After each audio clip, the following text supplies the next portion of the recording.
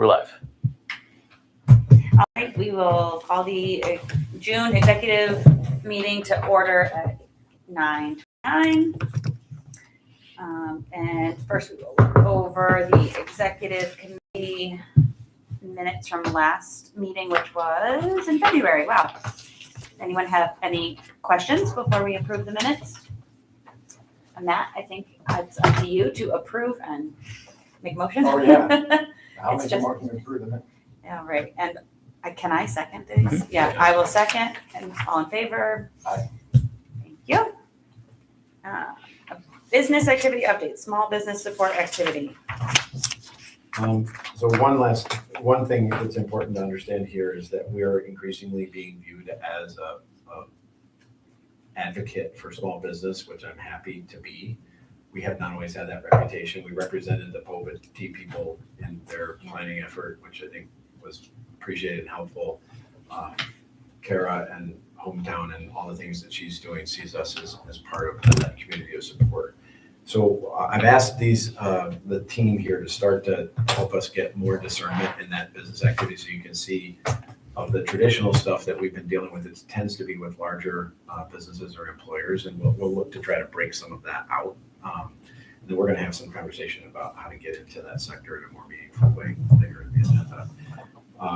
Have you heard anything from the chamber? Like, is it positive that we're supporting these Well, organizations? yeah, Tricia, just watches a lot of this, trying to figure out how to best to team with us, but there's no resistance. I think it's just all, okay, what are they doing versus what do we do? Like, she led all the ribbon cuttings, but she didn't necessarily stand with them as they were going through a planning board or working through a process. And I think that might be a good, break point where we kind of hold hands together. On the city, there's a number of things that we're involved with the city on. You're aware of some of those, whether it's a connectivity grant, but there's also a significant issue that we've been working on, the Power Up grant associated with everything that's on this side of the river. We are going to try to bring more insight to that to the full board. There's always a little bit of risk here that it looks like we're becoming more Glens Falls centric. So we'll try to balance that in what we provide by also showing something that's going on in the outside county, so that people see that we're continuing to serve both. But we are going to try to give you more insight. You know what I was thinking a good campaign would be, and I don't, it's always a question of the chamber or is it us, right? Like, but a kind of a concerted county buy local effort, right? You got a lot of small businesses. I was driving through Oregon thinking about you up there yesterday on the way home from talking.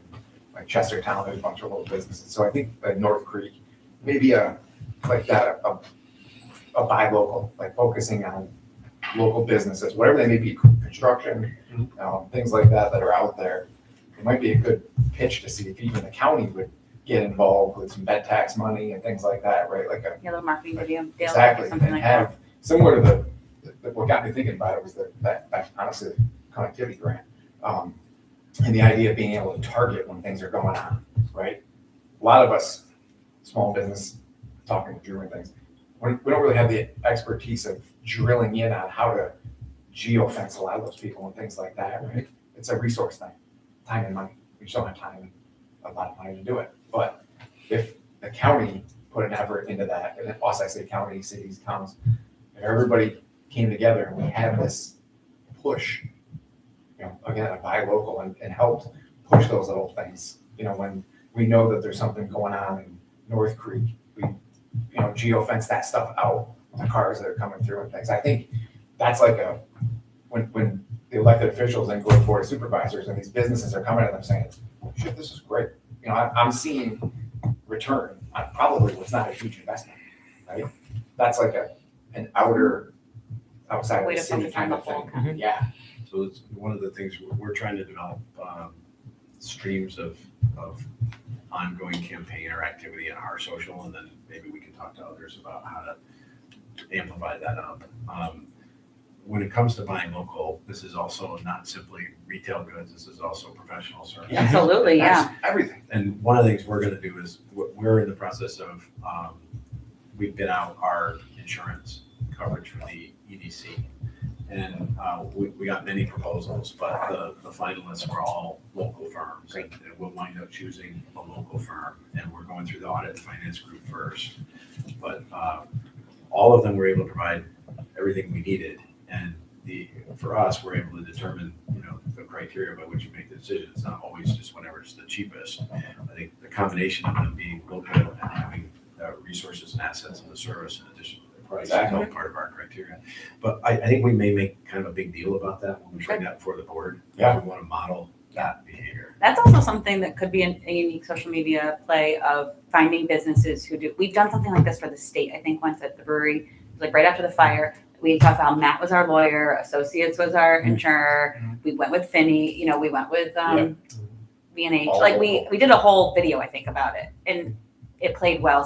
I think it was the state that paid. I can't even remember. There was a lot of stuff after the fire, but Yeah, I remember. that is a really good play of and you can get your legal services to probably pitch in, or like Finney would pay for stuff like that to be filmed by local We businesses. should consider a low key video that we could play as an example, and then see if we can get people to bite on something that's bigger. We've been with O'Brien for since the store opened, and with the new shop, we got too big for the product, but they did get price. So he went over, unbeknownst to me, talked to Chuck on, and I got a call from Chuck saying, "Hey, John can't get this package for you, but I can." He came to me with it, and I'm like, Phenomenal. holy crap, I didn't, they're competitors, right?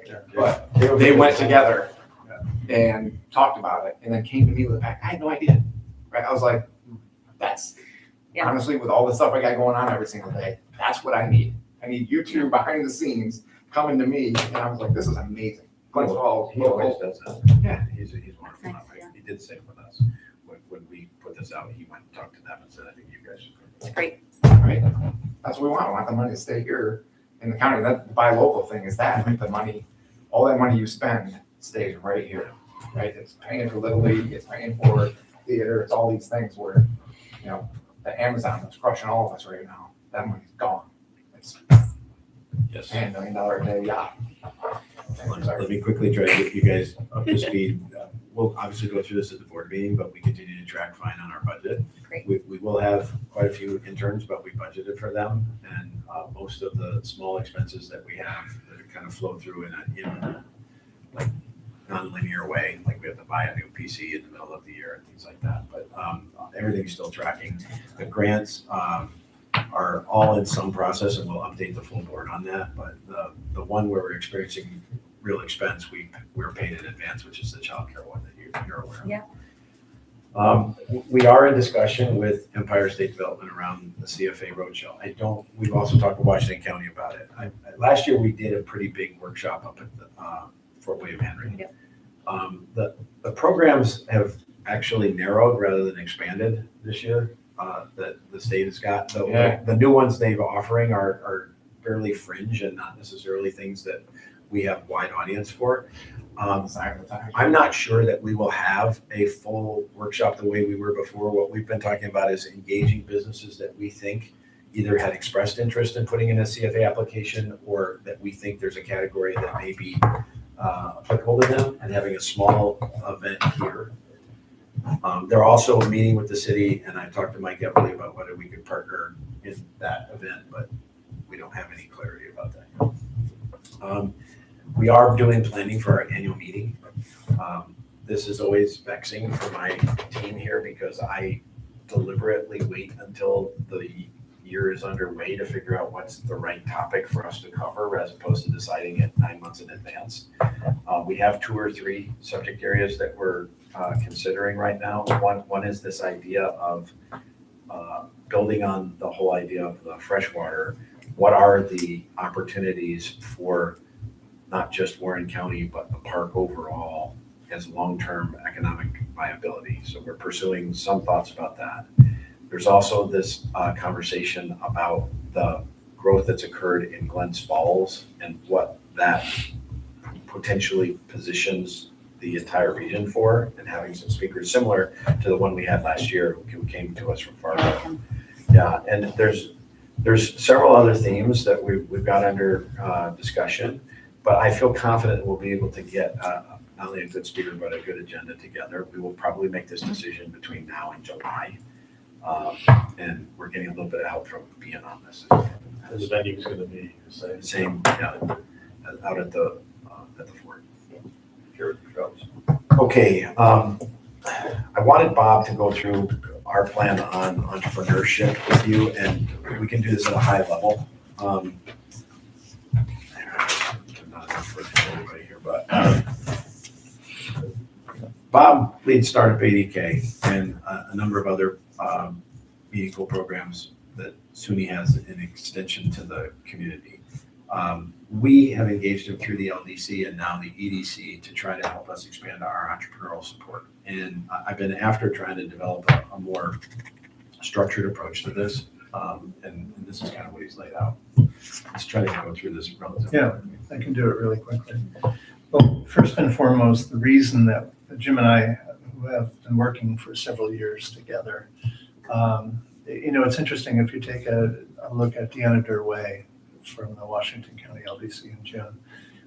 When I took over the program several years ago, one of the things that became clear was Washington County is really not that engaged with trying to develop entrepreneurial activity. They welcome it when it walks through the door, but they're not forward-looking. And so Jim is, and so he and I naturally started to gravitate towards working with each other. One of the things that becomes really clear is if you take a look at entrepreneurial activity in the region and even in the broader region, there's a lot of effort down that's CEG related and Big SUNY and University at Albany related that's really focused on tech, but not a lot of the homegrown, I want to create a business, I'm moving up from the city, how do I do it, where do I do it, that kind of thing. And so that's where Jim and I really put together our thoughts and wanted to develop a three-phased approach that takes place over the course of several years. I don't want to actually get into one by one. I'm just going to highlight three separate themes. Number one is it's really important for us to be able to identify the issues that new businesses actually are interested and concerned about. A lot of folks want to come up, but they don't know what they don't know. There's a lot of proprietary politics depending upon where you're proposing to locate. And so identifying issues becomes really, really important. And I'll tie that back to some of these things in just a moment. The other is once somebody actually makes the commitment, providing that kind of support, there's no place right now doing it, so somebody needs to. One of the things that's becoming clear through so much of our activity is the EDC is being looked to as a go-to resource, even in areas where we shouldn't be a go-to resource. So we have to be able to step up, or somebody needs to be able to step up. Why not us? And third is creating partnerships. There's a tremendous opportunity. I'll just give one example. If you take a look at the bottom of page 1, explore the creation of a joint entrepreneurial award between the chamber and us. This gives us an opportunity to partner, which really demonstrates that we're not looking to take over. What we're looking to do is engage. Jim and I were in Elizabethtown earlier last week to meet with an organization that's based out of Clarkson University. And they are so hungry to move down to the southern Adirondacks right now. They're really focused in the northwestern portion of the Adirondack Park, not taking a look at the park writ large, certainly not into the southern Adirondacks. And so they were really excited that we were there, and they were talking about what kind of joint programming that we could do. What were they looking to do? So they, Adirondack Community Fund and this group out of Clarkson are doing a series of entrepreneurial get-togethers and then looking to create an ecosystem. It's not a formal incubator, but they're looking to gather anybody who is either in active startup mode or considering it, and then they move it around the park. It's primarily being funded by one funder out of the Adirondack Community Fund. And I think his intent was to try to create tech startups, which is mostly refugees that come from the city that are identifying up there and then trying to figure out can they scale whatever they're doing up there. But what the majority of their stuff is more the stuff we're seeing, which is kind of, I want to create a bike shop, or there was somebody who It's like Elizabethtown, right? wants to go into graphic novels and he's a clown. It's a little different kind of implementation. But here's the point is they can't really nurture this by themselves. They're convening, but they don't necessarily have either the resources or I think the expertise to help steer all of this. There are 4 or 5 tech startups, though, that we've discovered in the process that are in the park, significant ones. And they gravitate towards us because we have the ability to connect them to capital and to other resources. And some of them are really, really cool. Like, there's a guy who runs a company that is already working in the space of what he calls aerial engineering. And he leads the largest company in the world in it out of the city, but he lives in Lake Placid part of the year. And he has this idea of essentially creating an academy, marrying the climbing expertise that's in the park with the trades to develop a workforce that could then be deployed out of the park all over the world to these challenges of, assessing dams, large scale high buildings and all this other work that he's already doing. He understands that workforce is under stress now and they can't find enough people. And he said, well, if I were going to go try to develop it, many of the requisite skills are right here. We just have to connect them. Yeah. But when he developed this plan, he said, the reason that I developed this plan is after I saw the presentation that you gave about creating things in the park that are aligned with the values of the park, that's the kind of economic development that should be initiated here. And he said, rather than do this out of the city and try to come up here, he said, we should base it here because that's a value of the park. I found that really interesting is that he's grabbing onto our strategy and saying, so you're the strategy guy, so help me figure out how I would do this. And I said, well, we need to figure out how we would do this collaboratively with the other resources that are out there. And he said, okay, whatever, I know them, but you've helped scale businesses, so help me scale this business. There's an AI startup that's very similar, where they're coming to us for expertise and network that they can't find up there. There's a startup in Scroom that's associated with providing software that helps communities and the businesses within them grow in that kind of nurturing small town sort of way. They want to base it in Scroom as a result of that, even though they're people from the city. They bought a place in Scroom and they're in the process of moving to Scroom, but they don't find the resource that they are looking for in Essex County, so they've come here. They're in this group.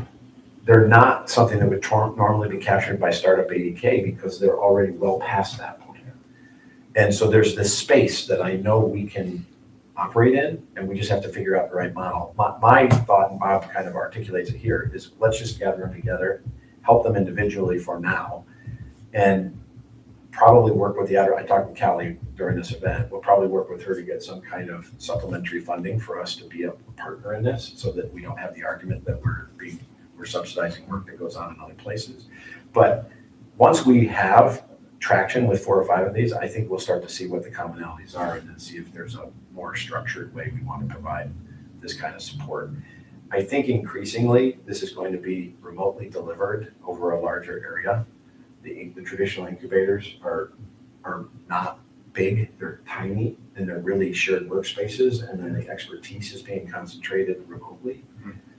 So there's a space here for us to step into. I just don't know exactly what it is. So he's laid out a fairly structured plan over a couple of years for us to engage with it, and then as we learn more about it, put things in place. And as we did that, we would be looking for partners and funders for each piece. The most important thing to recognize is that right now, nobody is working in this space. And so it creates an opportunity to the extent that there are people who are. Largely, they're trying to create for-profit entities to basically, fill their own coffers. But there's nobody who's out there in a membership-based organization that's looking to provide service that actually people would look at and say, this is wonderful, and it also gives us an opportunity to network in the community and grow the community. So this is really what the plan is all about. It breaks it down.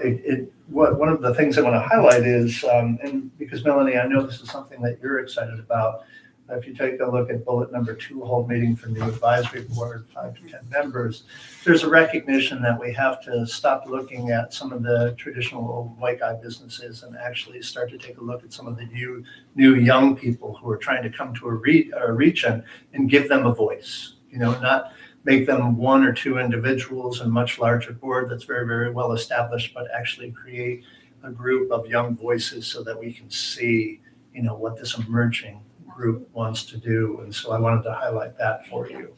And so beyond that, I think the document speaks for itself. One of the things, and now that we have Eric on board, it gives us an opportunity to actually take a look at bolstering the strength of our communications, the frequency of our communications. And so you'll see in phases 1, 2, and 3, we really put a lot of emphasis on communications. Communications feeds into visibility, visibility feeds into membership strength. And so we need to develop a plan to leverage that so we can really bolster our numbers from that standpoint. The other thing is it also makes reference to the fact that things that we have done, if you take a look at resource development or natural resource development, which we announced in last year's annual meeting, we really need to kind of stay engaged on that so people don't say, oh, you're great at coming up with ideas, but where's the follow through?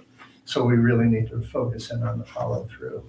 And then in phase 3, if you take a look at it on the 3rd page, you'll see that it talks about, and this comes out of my startup experience, because right now, startup is an 8-week program, 2 hours per session, that really helps people who are thinking about becoming entrepreneurs understand about what's engaged. It introduces them to insurance, accounting, marketing, those types of things, law. And it shows them what they need to understand before they actually step in.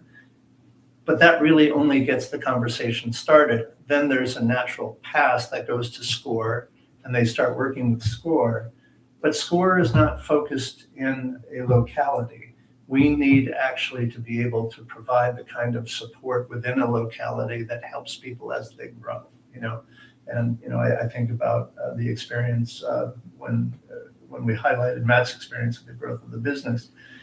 How do we get people to the point where they really understand where to go to fill some of those gaps that they don't ordinarily? I mean, take a look at what Bert, Christian, and you have done over at Common Roots. How do you know all of the things that you need to know to be able to scale that business? Trial and error. Yeah, A absolutely. lawyer. Well, that's true. That's true. But No, this but I is- appreciate this you is a saying good- that. This is a really good example, because you had to go forward all your CFA apps pretty much on your own. And you had to go seek, both legal and kind of network support in a structured way from a professional in the field. But there wasn't, this is no way to disparage SEDC, but it just, that they weren't present in that space. Not at all, yeah. And if we draw a circle around Glens Falls, I think this is true of Washington County, Northern Saratoga County, Southern Nassau County, as well as Warren County. And if we're identified that way, we got to figure out a way to say yes, and then figure out what is the best way to fund that. But there is a need, and I think we're increasingly being seen as an alternative to SCORE. And that's because we're seen as relevant in the fields that people are exploring, which is not necessarily the fields of yesterday, but the fields of tomorrow. I don't know whether we really have the resources to do it, but I'd like to wade in enough to figure out what it would take to do it. This stuff will start this summer.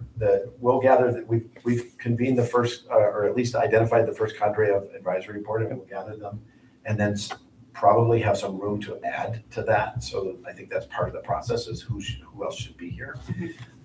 Is Kara on that list? Yes, Okay. and it's going to be very city-centric in the initial phase, because that's where the most interest was.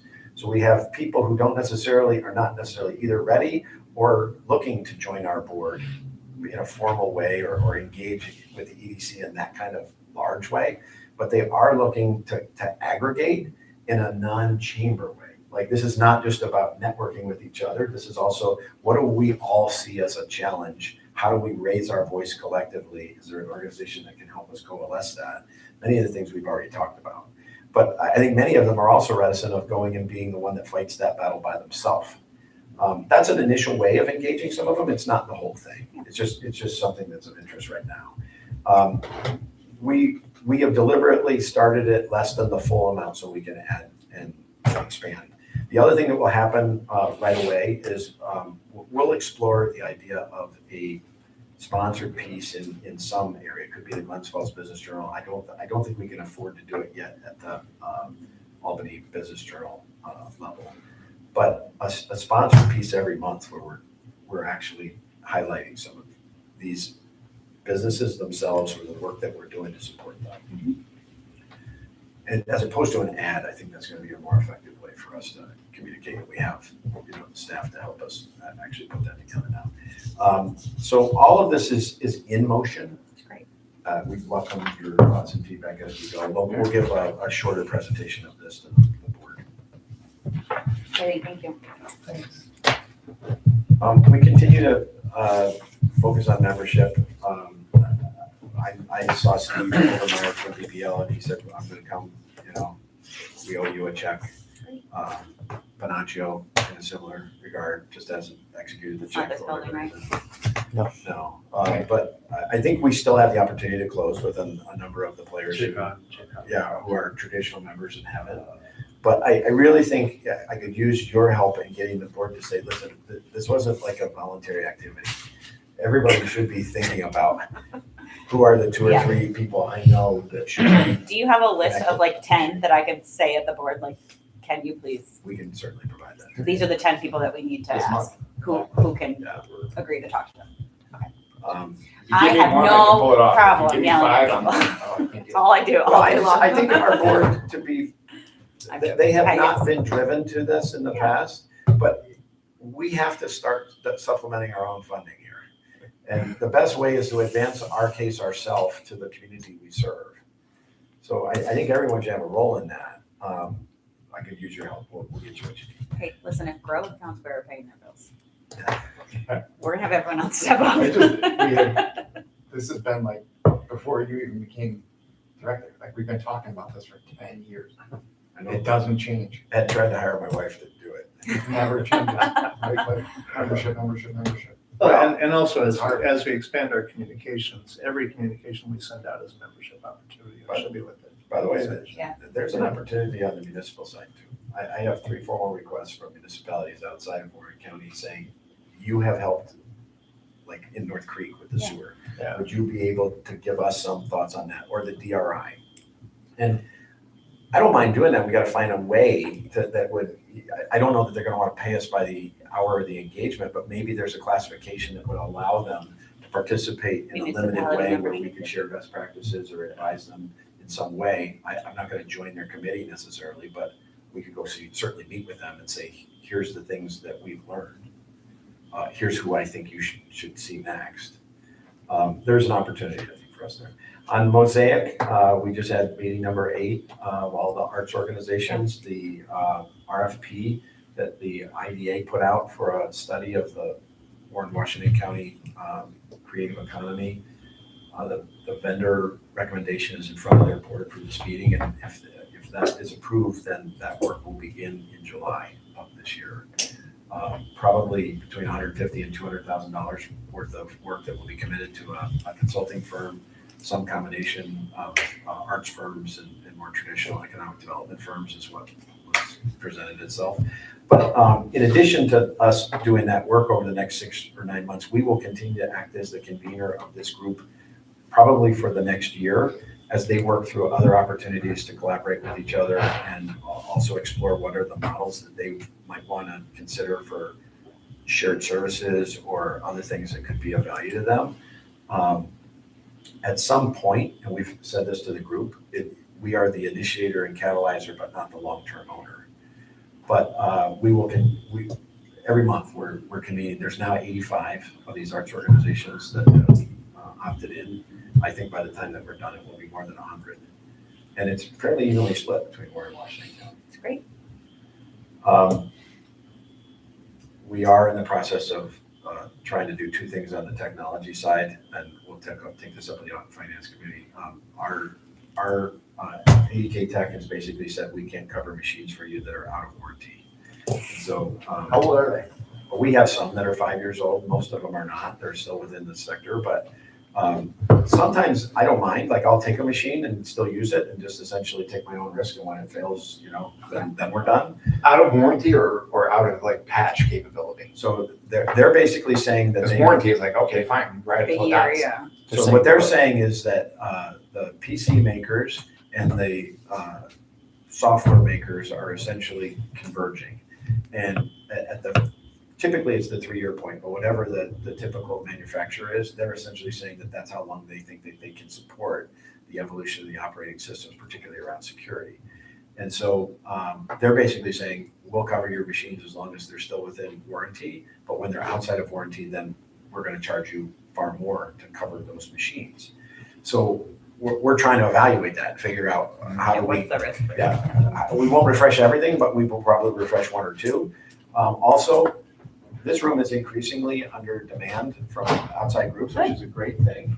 Hey, Manny. But it's really hard for us to set up remote connectivity for somebody else to use. We are talking with ADK Tech about how we would outfit that room in a way that would allow anybody to schedule, like we could schedule it for them, but when they could come in, they could essentially manage their own Zoom connectivity through it, and the screens would be more usable. Right now, they're not really usable. If We we, can't just plug in? well, they can, but the issue here is like, when somebody comes in and we have the room set up for the way that we do remote connectivity, and then they change it, they struggle to change it, and then we wind up having to change it. And so what we're trying to do is figure out, is there a way where we can bifurcate that, where there's a system that says, as an external player, this is how you connect, and as an internal player, we're staying this way. Also, just think we need a better way of projecting in there, because right now it's not easy for people to see if we don't have paper in front of them. We're gonna get some quotes from them. I think when we get the quotes from them, it's my objective that we would go seek somebody in the community to fund this, particularly somebody who won't pay membership like National Grid, to act as, maybe, is this the kind of thing that you would fund? And we'll put your name on it. I don't know what I'm talking about yet because I haven't got the quotes, but we are asking them to look at it. They've given us at least an indication of 2 or 3 models that might work, and they're relatively modest, you know. We're not talking about tens of thousands of dollars, but I just want to make sure that the room continues to be in use, because I think it's really good to have as many people using it as are. Yeah. That was everything. All right. It's 1 minute long. That's okay. Any other business? Any need for executive session? And we will adjourn the June executive committee meeting at 10:01. Thank you all. Or motion to adjourn. We'll say- So wait. I will second. All in favor? Thank you.